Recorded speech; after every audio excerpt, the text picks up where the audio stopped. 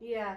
I think that might help. I think that the issue, because a lot of the time she's good and we have these conversations where we don't talk about cells just yet, but I think it's a good one. But we have these conversations about why it's good, and I approach it differently, and they understand and they're cooperating. So I think I like your point about looking in the mirror. I think it just depends on the energy and attention I'm giving and how I'm feeling that causes, you know, these things, because it's not always like that, because they're actually really good kids, and I find when I'm engaged and I give them attention, they're absolutely awesome. They're happy There's to play. No issues. They're really engaged. They're great.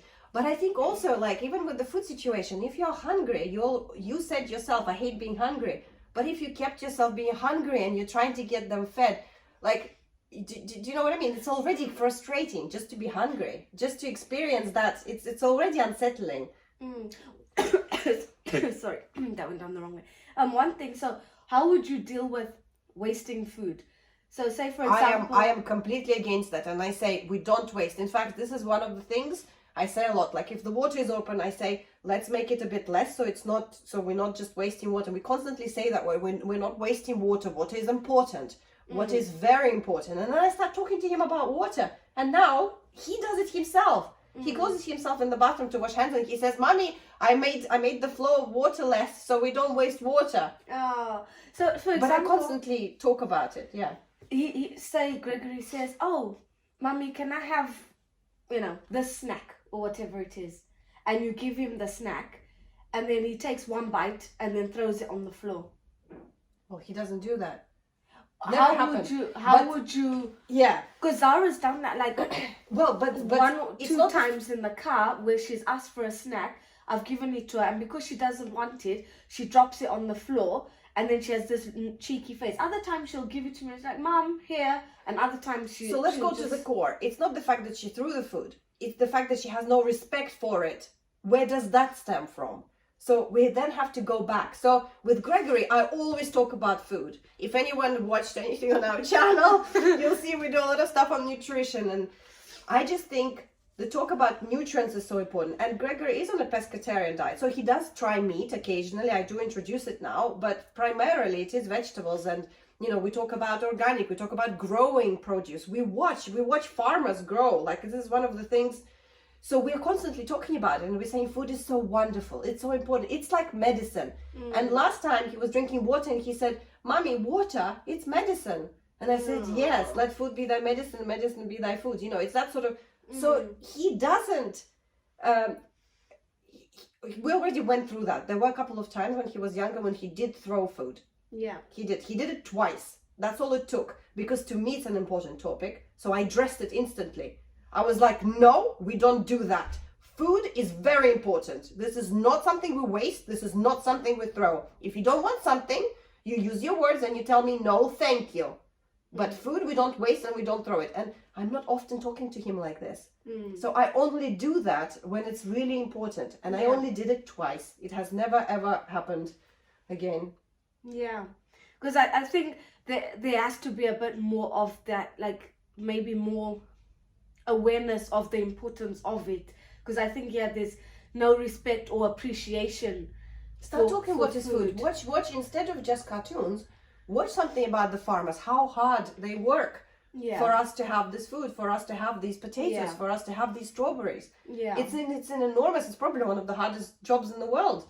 Up at, you know, as soon as the sun is up, you know, you're up and looking after animals and looking But plants. so I think that's something that I need to address. I think if she has this, because even like with cooking, she wants to help. "Mommy, can I help?" And she'll come and she'll peel onions and she'll peel potatoes, she'll cut peppers and stuff.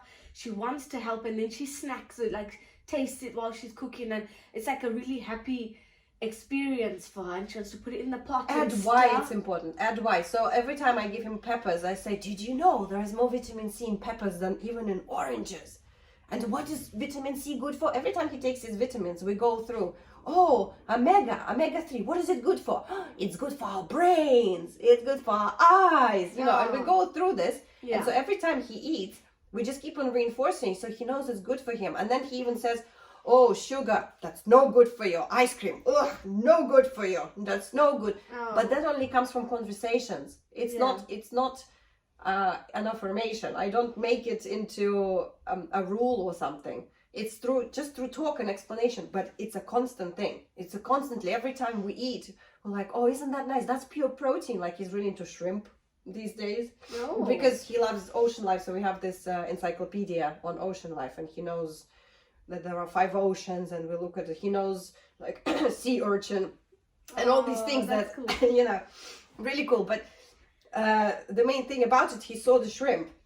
And we also watch, you know, the cycle who eats shrimp, you know, that it's even big fish and whales and, you know, all that stuff. And he's like, shrimp, can you eat shrimp? He always asks me about sea creatures, like, can you eat that? Octopus, no, you can't eat that. I was like, well, actually, you know, and so we're constantly discussing, or he sees like a really beautiful fish, you know, like a parrotfish or something like that. Can you eat that? He says, because he's a pescatarian. I was like, no, it's a decorative fish. We don't eat those, and or some small ones or whatever. But the point with the shrimp, we came across shrimp, and when he found out you can eat it, he's like, oh, I wonder. I was like, would you like to try some shrimp? I was like, next time I'll be sure to get some.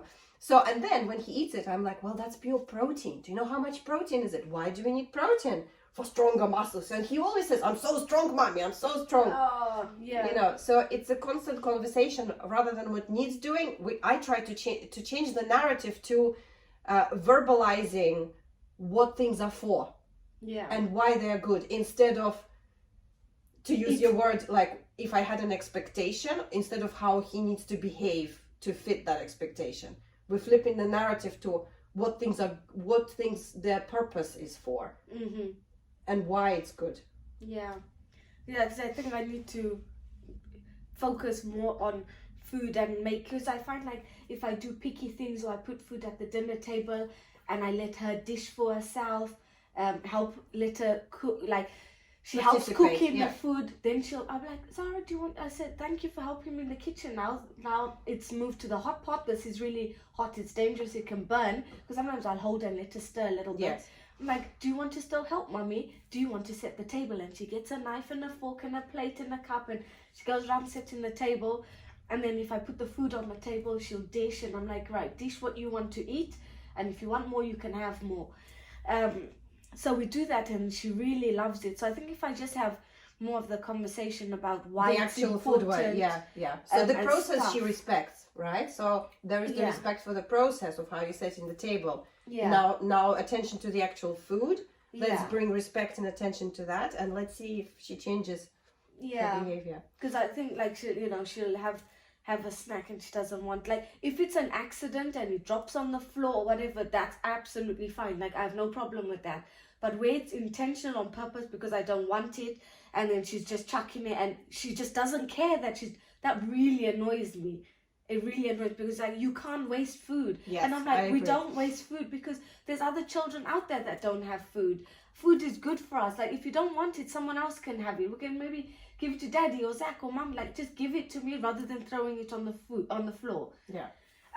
So like, I think I need to like just put more attention and energy into focusing on that. That was a really good topic because it's so important and close to my heart that, you know, I could actually tell you how I do it. But yeah, which I think is really good, and that's something that I need to like try and take on board. How you're saying, like, I need to do more research on what certain things. So like, if I know we're having this for dinner and she's gonna cook, I can research and be like, well, this is good for this and this is good, and then have that conversation while we're preparing the food, which I think it's like the constant thing. Because even like now I need to get her to start going to the toilet, because she goes to the toilet, she'll pull her knickers down and her trousers, but sometimes she wants me to do it, or she'll do that and then she'll stand there because she doesn't want to touch the toilet seat to pull herself up on it. But I need to get her to like be able to go there and then know that you need to wash your hands. But I don't trust her to do it by herself because she'll play with water, because she absolutely loves water, because at nursery they play with water and that's the thing. So I think I need to get her to differentiate. When you go to the toilet, you wash your hands. We're not playing with water in that moment. We're not wasting water. So I think if I keep repeating and showing her, I think then she'll be able to do it, because I think she's quite capable. So I think I just need to put more energy into those things, and then we can talk about independence more in the next video. I think that's also an important one. how to encourage it, and also how our overpowering mothering sometimes creates that, oh yeah, no, you feed me, no, you undress me, no, you do And this. it hinders them. Yeah, but Yeah. we do it, for various reasons, and I think we can address that in the next video. Yeah, because even like in the morning, if I say, like this morning, I was like, do you want to dress yourself, you know? Took her things off, and then she does this thing, Mommy, watch the whole thing. And then she's showing me, and it's like, I did it. And she's like so happy, and I'm like, right, okay, can we put your top on now? Then she says, oh, here's my dress, I can't do it, but I'll put the zip up. So then I help her get her arms in, and then she does the zip, and then she wants to do the buttons and things like that. So she does that. Then I'm like, right, can you get your coat and your shoes? And then sometimes she faffs, she gets the wrong shoes, or she goes off and starts playing, or she's just sucking her thumb and she's just completely ignoring what I've said. And then it's like, in that moment, it's like, I want to encourage independence. Like, please get your coat, because we need to put it on, because we need to go to nursery, without me having to do it. Which, yeah, today she actually did it. She put her coat on and she got her shoes. But other times it's just like... Yeah. Well, we could talk about that more maybe in the next video. Yeah. So I think that would be a good one. But yeah, anyway, so... thank you for joining us. We didn't expect this to become quite an in-depth conversation that it became. So we hope you've enjoyed it. Share your tips. Yeah, what you do. I mean, tell us, how do you handle situations like this? And, please like and subscribe. That really helps our channel. And we hope to see you next week. Thank you for joining. Thank you. Bye. Bye.